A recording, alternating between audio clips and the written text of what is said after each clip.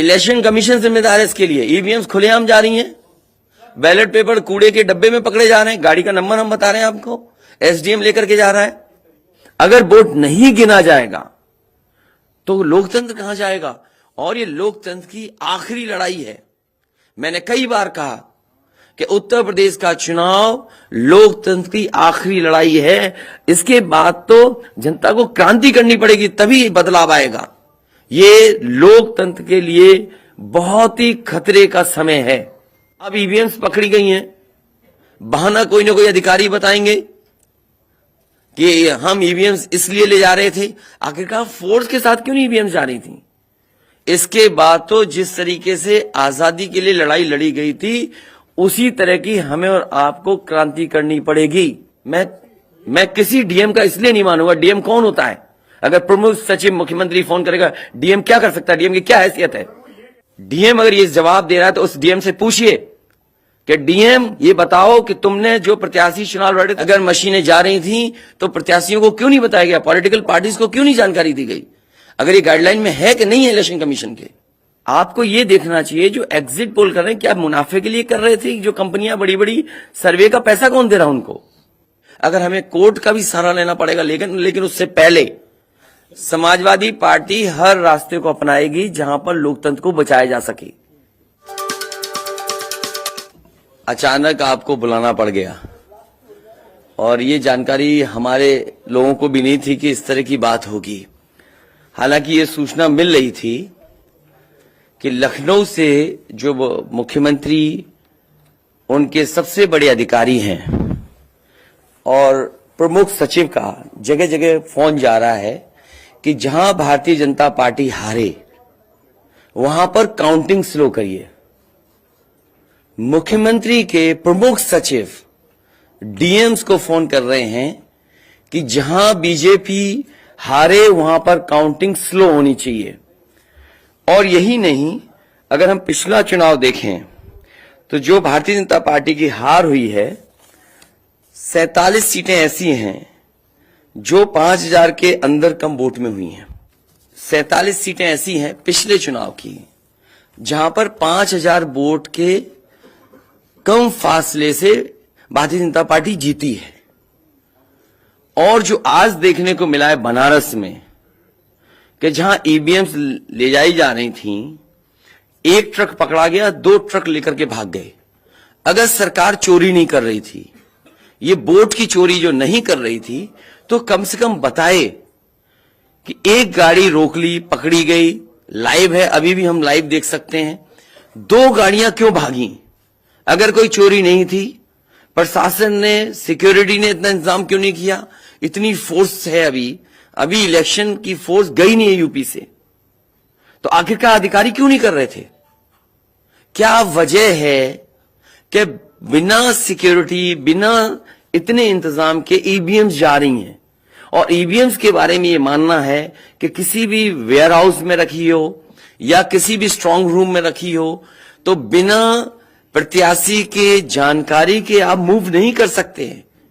अगर आपको ईवीएम्स को मूव करना है तो कम से कम जो प्रत्याशी चुनाव लड़ रहे हैं उनकी जानकारी में होना चाहिए। और सोचिए, मुख्यमंत्री आवास से प्रमुख सचिव, मुख्यमंत्री जगह जगह फोन कर रहे हो और डीएम्स को बता रहे हो।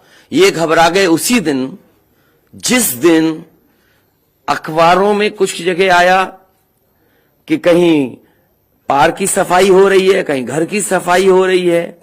और आप में से वो लोग हैं जो जमीन पर घूमे, जो जमीन पर चुनाव चल रहा है, वो भारतीय जनता पार्टी के खिलाफ था, जनता के अंदर नाराजगी थी।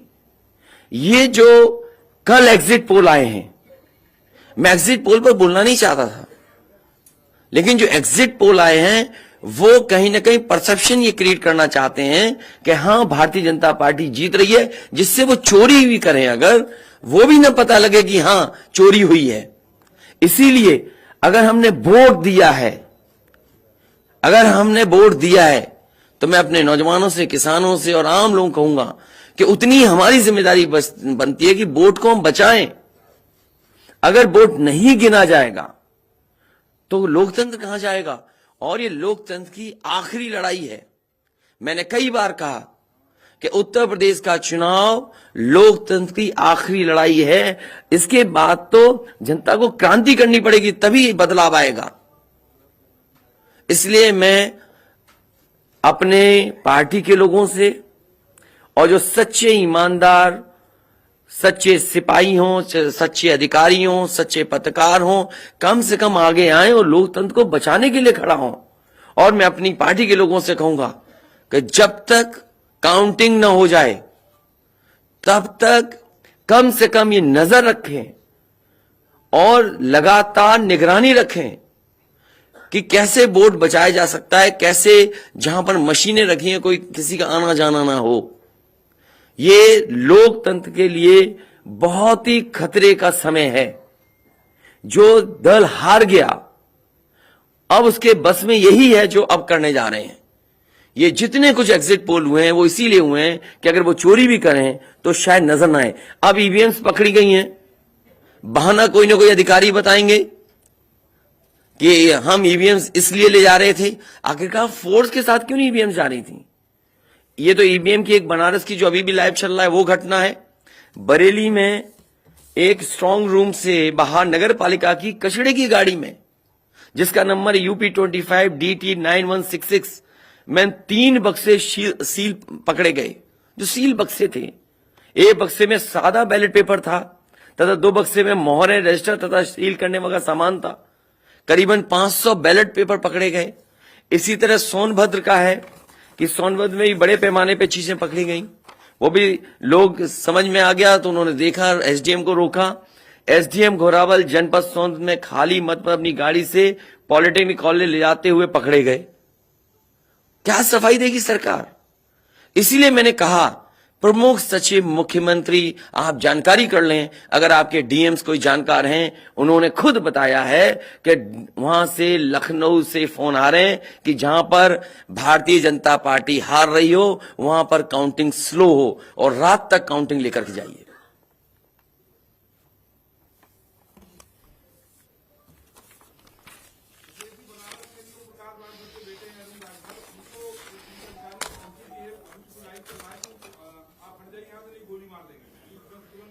तो मैंने आपसे कहा कि ये लोकतंत्र का आखिरी चुनाव है। इसके बाद तो जिस तरीके से आजादी के लिए लड़ाई लड़ी गई थी उसी तरह की हमें और आपको क्रांति करनी पड़ेगी। मैं तो अपने नौजवानों से अपील करूंगा कि जहां किसान इतने साल बैठे रहे तब सरकार झुकी, कम से कम 3 दिन लोकतंत्र के अखंड प्रहरी बनकर के ईवीएम्स को बचाएं और चुनाव को बचाएं। मैं किसी डीएम का इसलिए नहीं मानूंगा। डीएम कौन होता है? अगर प्रमुख सचिव मुख्यमंत्री फोन करेगा, डीएम क्या कर सकता है? डीएम की क्या हैसियत है? ये फिर जो प्रत्याशी लड़ने रहे थे उनको आखिरकार डीएम ने क्यों नहीं बताया? डीएम अगर ये जवाब दे रहा है तो उस डीएम से पूछिए कि डीएम ये बताओ कि तुमने जो प्रत्याशी चुनाव लड़े थे उसके बारे में क्यों नहीं बताया उन प्रत्याशियों को? ये डीएम आखिरकार किसके नीचे काम कर रहे हैं? और बनारस जैसी पोस्टिंग किसी डीएम को मिली होगी, इस डीएम को मैं भी जानता हूं। जब पहली पोस्टिंग मैंने मुजफ्फरनगर दी थी, मैं नहीं जानता हूं ये डीएम कौन है, किसकी सिफारिश पे ये मुजफ्फरनगर पहली बार गया था। बेईमानी करा रहा है ये डीएम। और जवाब ये डीएम का कि ट्रेनिंग के लिए जा रहे हैं। तो आखिरकार पॉलिटिकल पार्टीज को क्यों नहीं जानकारी दी? क्या जवाब है उनके पास इसका? और जब बाकायदा गाइडलाइन लिखी हुई है यहां पर कि आप ईवीएम्स का मूवमेंट नहीं कर सकते, आप कैसे ईवीएम का मूवमेंट कर रहे हैं? आप पूछिए जिन्होंने दिया बयान। अरे भाई, मैं तो कह रहा हूं किसी आपने जो पॉलिटिकल चुनाव लड़ रहे हैं उनके बारे में क्यों नहीं बोल रहे हैं आप? और आप भी डीएम की बात को मानते हो? वो वर्जन इसलिए बोल रहे हैं क्योंकि सरकार एक भाषा बोलेगी, ऊपर से नीचे तक भाषा एक बोलेगी। आप बताइए, जब समाजवादी सरकार का चुनाव था, इलेक्शन कमीशन ने जो शिकायत की उस अधिकारी को हटाया गया? आज इलेक्शन कमीशन ने किसी अधिकारी को हटाया हो? एक अधिकारी अगर इलेक्शन कमीशन हटाया हो तो बता दो। मुझे कोई उम्मीद नहीं। इसीलिए मैं कह रहा हूं कि लोगों को लड़ना पड़ेगा। अगर लोकतंत्र बचाना है तो कहीं ना कहीं तैयारी करनी पड़ेगी लोकतंत्र बचाने के लिए। जो गाइडलाइन है, आज जो बैलेट पेपर पकड़े गए हैं सोनभद्र में, जो बैलेट पेपर पकड़े गए हैं आपके बरेली में, जिस तरह ईवीएम्स को ले आया जाता है, ये सवाल बड़ा है। अधिकारी वही भाषा बोलेंगे जो उनको बोलने के लिए सरकार कहेगी। वो नहीं चाहते कि ओम प्रकाश राजभर जी क्या भूल गए, इलेक्शन कमीशन याद नहीं है? ओम प्रकाश राजभर जी नॉमिनेशन के लिए गए, इनको अपमानित नहीं किया गया? क्या प्रशासन कार्रवाई कर रहा था? स्वामी प्रसाद मौर्य जी के साथ क्या व्यवहार हुआ? कोई भूल जाएगा इन बातों को? और चुनाव भर में क्या भाषण थे, क्या भाषा का इस्तेमाल था? हर जगह डराने का काम जनता को। ये अलग बात है, कम से कम इलेक्शन कमीशन को ये देखना चाहिए, खुलेआम जनता देख रही है, आज के जमाने में लाइव है कि किस तरीके से ईवीएम्स को ले आया जा रहा था। चुनाव आयोग को सबसे पहले जिलाधिकारी बनारस पे कार्रवाई करनी चाहिए कि आखिरकार उसने किसी को कॉन्फिडेंस में क्यों नहीं लिया। अगर मशीनें जा रही थी तो प्रत्याशियों को क्यों नहीं बताया गया, पॉलिटिकल पार्टीज को क्यों नहीं जानकारी दी गई? अगर ये गाइडलाइन में है कि नहीं है इलेक्शन कमीशन के, आप ईवीएम्स को एक जगह से दूसरी जगह मूव करा रहे हैं, आखिरकार इसके लिए जिम्मेदार कौन है? आप ईवीएम लेकर जा रहे हैं, अब 2 दिन की बात है, काउंटिंग होनी है।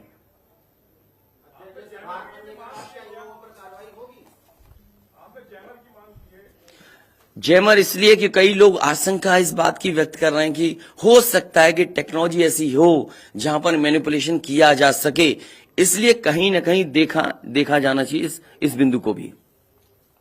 भारतीय जनता पार्टी के नेता लगातार कह रहे हैं कि ओम प्रकाश राजभर हो, स्वामी प्रसाद मौर्य हो, संजय चौहान हो, या यूं कहें कि आपके साथ जो लोग आपके चुनाव में आपके साथ आए, आपके साथ चुनाव लड़े, उनको चुनाव नहीं जीतने देंगे, उनको चुनाव किसी भी कीमत पर हम हराएंगे। तो यही तो तरीका है, जो लड़ रहे हैं उनके बेटे ही तो लड़ रहे हैं चुनाव, जहां की ईवीएम्स पकड़ी गई हैं। और भविष्यवाणी एग्जिट पोल में कैसे आ सकती है? पॉलिटिकल लीडर्स जो बातें कहें, सत्ता के लोग बैठे हुए, वो एग्जिट पोल में कैसे दिखाई दे रहा है? प्रशासन और सरकार की जो चोरी है, इसमें एग्जिट पोल के टेलीविजन चैनल शामिल हैं। आपको ये देखना चाहिए, जो एग्जिट पोल कर रहे हैं क्या मुनाफे के लिए कर रहे थे? जो कंपनियां बड़ी बड़ी सर्वे का पैसा कौन दे रहा है उनको? और जो डेटा दिया है चैनलों को, फ्री दिया गया है कि उपहार में दिया गया है, वो अलग बिंदु है। कोई इतनी बड़ी एक्सरसाइज कर रहा है, उसका फाइनेंशियल बर्डन कौन उठा रहा है?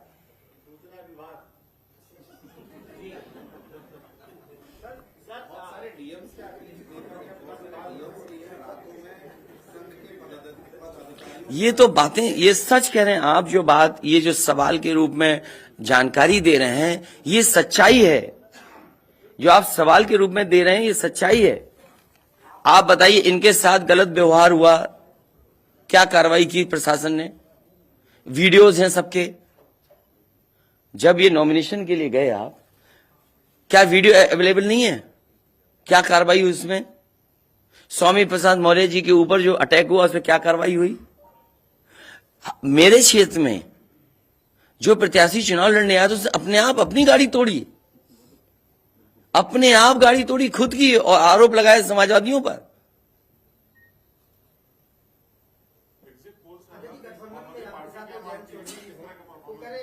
क्या करेंगे जब वोट को लेंगे? आगे वो कह रहे हैं शांतिपूर्ण मतगणना के लिए उन्होंने अपील की है। नहीं, शांतिपूर्ण मतगणना के लिए तो हम भी अपील कर रहे हैं, लेकिन सावधान रहें। अगर वोट दिया है तो वोट को बचाए भी तो सही। अगर ईवीएम्स खुली सड़क पे इस तरह जाएंगी, आप क्या उम्मीद करोगे? आपके बैलेट पेपर पकड़े जा रहे हैं। आपके लखनऊ में ही एक गाड़ी पकड़ी गई थी, उसके अंदर क्या क्या था? वो कहते वो तो हर गाड़ी में टूल बॉक्स होता है। तो टूल बॉक्स में इतना बड़ा हथौड़ा थोड़ी होता है कि आप ताला तोड़ दो। वोट बचाने के लिए कहीं ना कहीं हमें एक अखंड प्रहरी की तरह काम करना पड़ेगा। और अगर हमारे किसान इतने दिनों बैठ सकते हैं, अब तो 3 दिन की बात है, 3 दिन तो बैठना ही पड़ेगा, नहीं तो ये प्रशासन के लोग बैठ करके चोरी करा देंगे।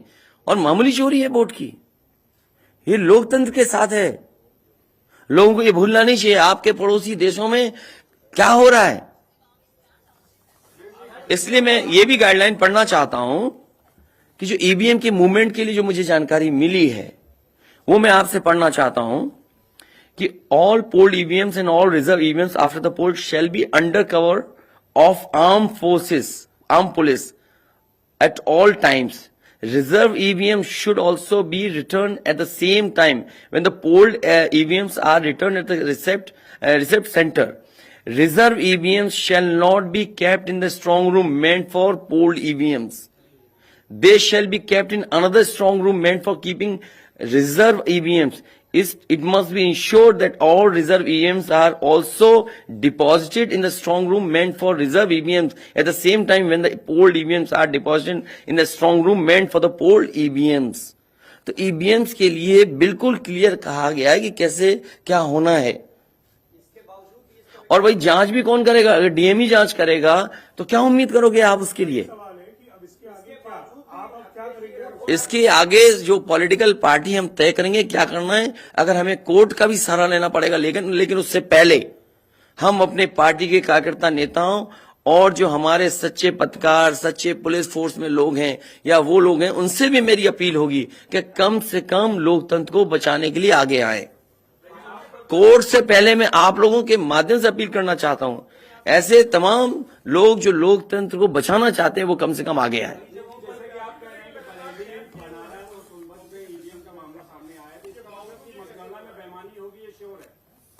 आपने पंचायतों का चुनाव देखा था, भारतीय जनता पार्टी ने खुलेआम वोट को लूटा। जनता को याद है महिलाओं की जो कपड़े फाड़े गए, छीने गए, महाभारत के अलावा अगर किसी ने किया तो वो भारतीय जनता पार्टी ने करके दिखाया। क्या कार्रवाई की गई उस समय बताइए? इलेक्शन जो आपका स्टेट इलेक्शन कमीशन है, शिकायतें हुई, क्या कार्रवाई हुई उनके ऊपर? क्या कार्रवाई हुई पुलिस के ऊपर? क्या कार्रवाई हुई उन लोगों ने जिन्होंने वोट को छीना? इसलिए मैं अपील करता हूं आपके माध्यम से, जो सच्चे पत्रकार हैं, सच्चे अधिकारी, पुलिस फोर्स, लोकतंत्र को बचाने के लोग सामने आए, जिससे लोकतंत्र बचाया जा सके। माननीय मुख्यमंत्री जी, ये जो घटनाएं हो रही हैं, हताशा और निराशा की जो है वो पराकाष्ठा है। क्या ऐसा कुछ होगा? क्या समाजवादी मैं नौजवानों से विशेष अपील करूंगा, और इसलिए अपील करूंगा, मैंने वो तस्वीरें देखी कि नौजवान वोट डालने के लिए लोकतंत्र में कैसे निकल पड़ा। अगर उसने वोट डाला है तो कम से कम वो वोट बचाए। अपना कैसे वोट बचाएगा? गिनने से कैसे गिनती में लाएगा? और ये कोई ये मामूली घटना नहीं है। जो लोग लोकतंत्र पर भरोसा करते हैं उनके अंदर आक्रोश होगा, ऐसा नहीं कि गुस्सा नहीं होगा उनके अंदर। इसीलिए मैंने कहा कि 5,000 के अंतर में सीटें जो जीती गई थी भारतीय जनता पार्टी की, वो 47 हैं। और मैंने इसीलिए कहा कि प्रमुख सचिव मुख्यमंत्री जिलाधिकारियों को फोन कर रहे हैं कि काउंटिंग स्लो की जाए।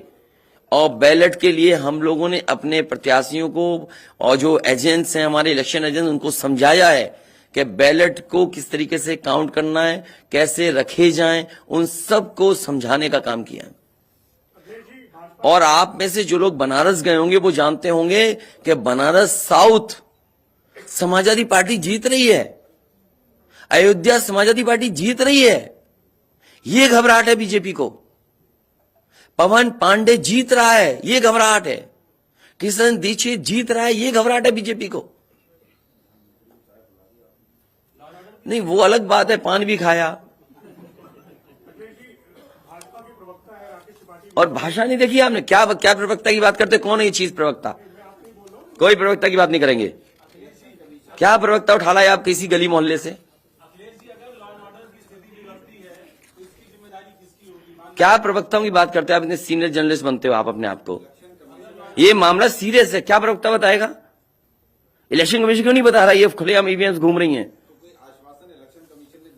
कोई आश्वासन नहीं दिया। हो सकता है हमारी प्रेस के शायद कुछ जागे। ये यूपी के हैं सब, और कहां के हैं इलेक्शन कमीशन के लोग? रिटर्निंग ऑफिसर जनप्रतिनिधि अधिनियम में रिटर्निंग ऑफिसर की जवाबदेही तय नहीं। तो बेईमानी जब कराता है तो उसका कोई केस नहीं सकता, आप किसके देंगे? अब ये तो हमें भी जानना पड़ेगा कि क्या करें। इसीलिए मैंने कहा कि हम तैयारी से रहिए। ऐसे तो किसी पे कार्रवाई नहीं कर सकते। हाँ, जिम्मेदारी तो अच्छा, इलेक्शन कमीशन की जिम्मेदारी है कि निष्पक्ष चुनाव, इतना बड़ा कमीशन हम क्यों कह रहे हैं कि इलेक्शन कमीशन की जिम्मेदारी है? क्यों उसको इंडिपेंडेंट बनाई गई है बॉडी? ये सब जो आपके माध्यम से हो रहा है वो सब लाइव है, जो ये चीजें हो रही हैं सब लाइव है, सब शिकायतें की जाएंगी, सब देंगे। अभी तो अभी कहो तो अभी लाइव दिखा दें, जब आपको बुलाया है, मैंने तकलीफ दी आपको, इसके बाद हम लोग अपना लिखेंगे।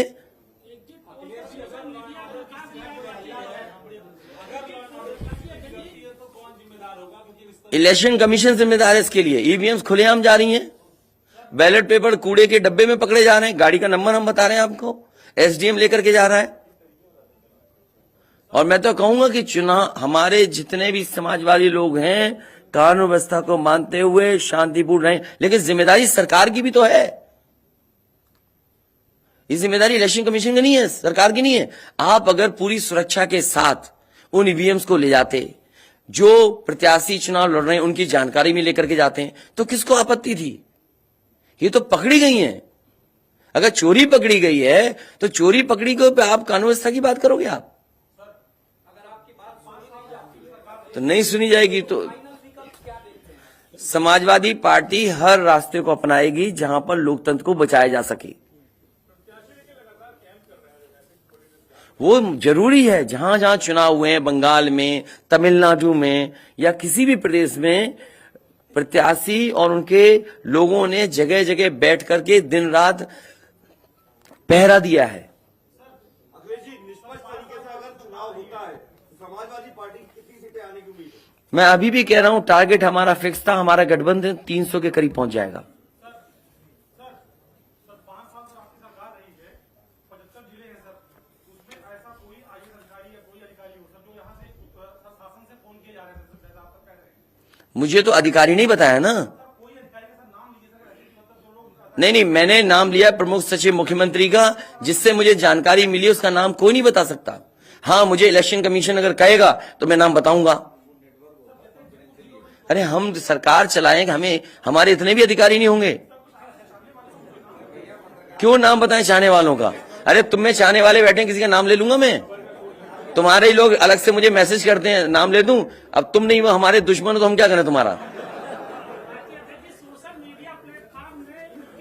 अरे बहुत सारे हैं जो हमें पर्सनल मैसेज भेजते हैं, तो क्यों नाम उनके ले दूं मैं? क्या चीज? अरे नए हो पत्रकार यार, बहुत सीनियर नहीं हो तुम। अपना परिचय दे दो, सब जान जाए आपको। जाने कौन सा एनबी है।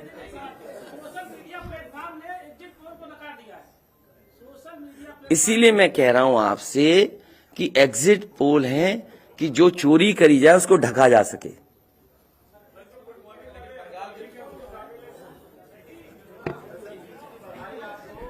नहीं, अभी मत जीत की बधाई दो, अभी जीत की बधाई हम लेंगे और मिठाई भी बांटेंगे आपको। और देखिए एग्जिट पोल आ गए, बीजेपी वाले मिठाई का ऑर्डर नहीं दे पाए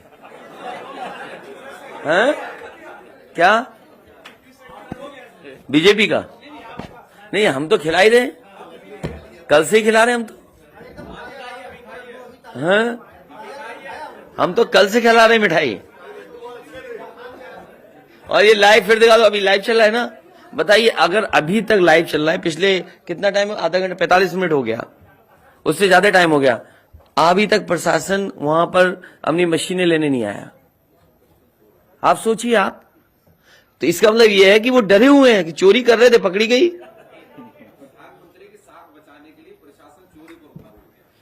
आप देखिए ना, अगर मान लीजिए हम और आप यहां बैठ करके देख रहे हैं, अगर वो चीज लाइव हो रही है तो दुनिया में देखी जा रही होगी। उनको परवाह नहीं है कि मशीन कौन ले जा रहा है, ले जाने दो। अभी लाइव हो रहा, सोचिए कितनी इतना समय इसमें प्रशासन जाता, बातचीत करता, नहीं ले जाए ईवीएम्स।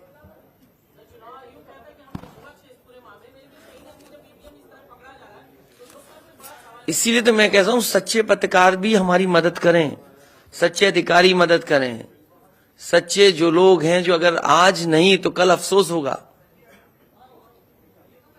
इसीलिए जो लोग लोकतंत्र बचाना चाहते हैं वो सब आगे आए।